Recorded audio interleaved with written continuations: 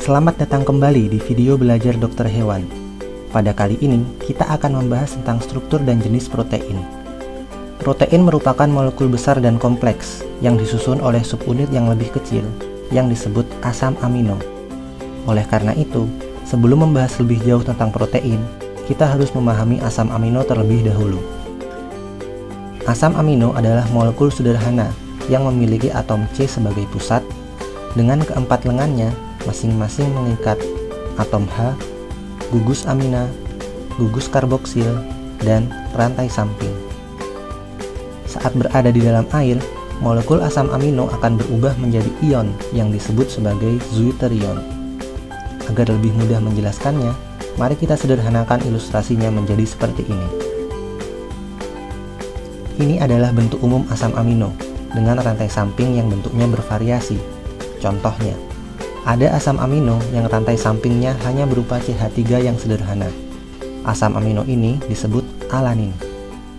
Asam amino lain memiliki bentuk rantai samping yang lebih panjang dan bercabang. Contohnya adalah seperti ini, yang disebut asam amino leusin. Ada juga asam amino yang rantai sampingnya memiliki cincin aromatik seperti ini. Asam amino ini adalah histidin. Dan masih banyak lagi variasi rantai samping yang jumlahnya mencapai ratusan, sehingga ada ratusan jenis asam amino. Namun, di antara ratusan asam amino ini, hanya sebagian kecil asam amino saja yang mampu berikatan dan bergabung membentuk protein. Sementara sisanya hanya mampu berdiri sendiri dan tidak berperan sebagai struktur pembentuk protein. Pada manusia dan hewan tingkat tinggi, terdapat 20 jenis asam amino yang berperan sebagai bahan penyusun protein. Kelompok ini disebut asam amino proteinogenik. Ke-20 asam amino ini memiliki sifat yang berbeda-beda karena memiliki rantai samping yang berbeda-beda pula jenisnya.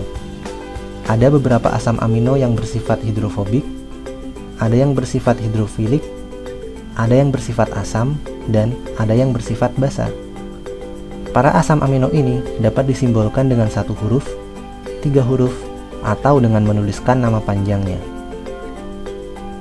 Seperti yang telah dijelaskan di awal, bahwa protein terdiri dari gabungan asam amino.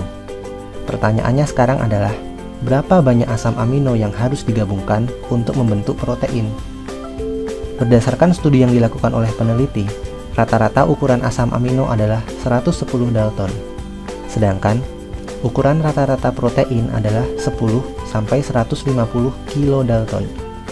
Maka, dari angka-angka ini dapat diambil kesimpulan bahwa sebuah protein terdiri dari 90-1350 buah asam amino. Antara satu asam amino dengan asam amino lainnya dihubungkan oleh ikatan peptida, sehingga beberapa buah asam amino yang berikatan disebut rantai polipeptida. Harus selalu diingat bahwa rantai polipeptida dan protein tersusun atas asam amino yang berbeda jenisnya, karena mereka memiliki rantai samping yang berbeda.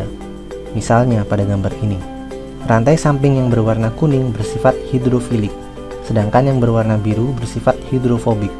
Sehingga apabila susunan asam amino ini diletakkan di dalam air, ia akan mengalami lipatan atau folding menjadi bentuk 3 dimensi, di mana asam amino yang hidrofilik akan berada di luar, sedangkan asam amino yang hidrofobik akan berkumpul di dalam.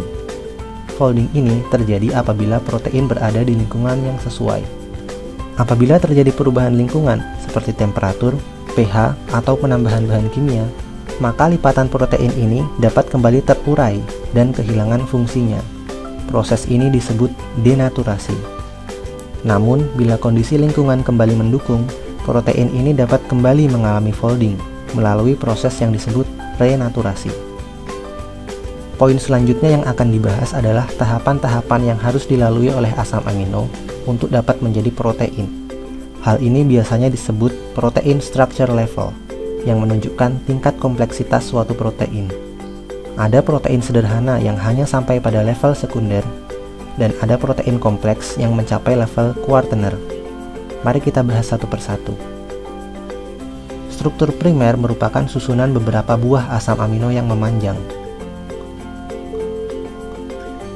Struktur sekunder terbentuk dari beberapa lipatan akibat interaksi antar atom. Ada 2 bentuk struktur sekunder. yaitu bentuk alpha helix yang menyerupai spiral, dan bentuk beta pleated sheet yang bertumpuk-tumpuk. Struktur tersier merupakan gabungan beberapa struktur primer dan sekunder yang membentuk subunit protein 3 dimensi. Terakhir, struktur kuartenar merupakan gabungan beberapa struktur tersier yang membentuk protein yang besar dan kompleks. Walaupun terdapat banyak protein dalam tubuh, secara umum ia hanya dibagi menjadi dua jenis, yaitu protein globular dan protein fibrosa.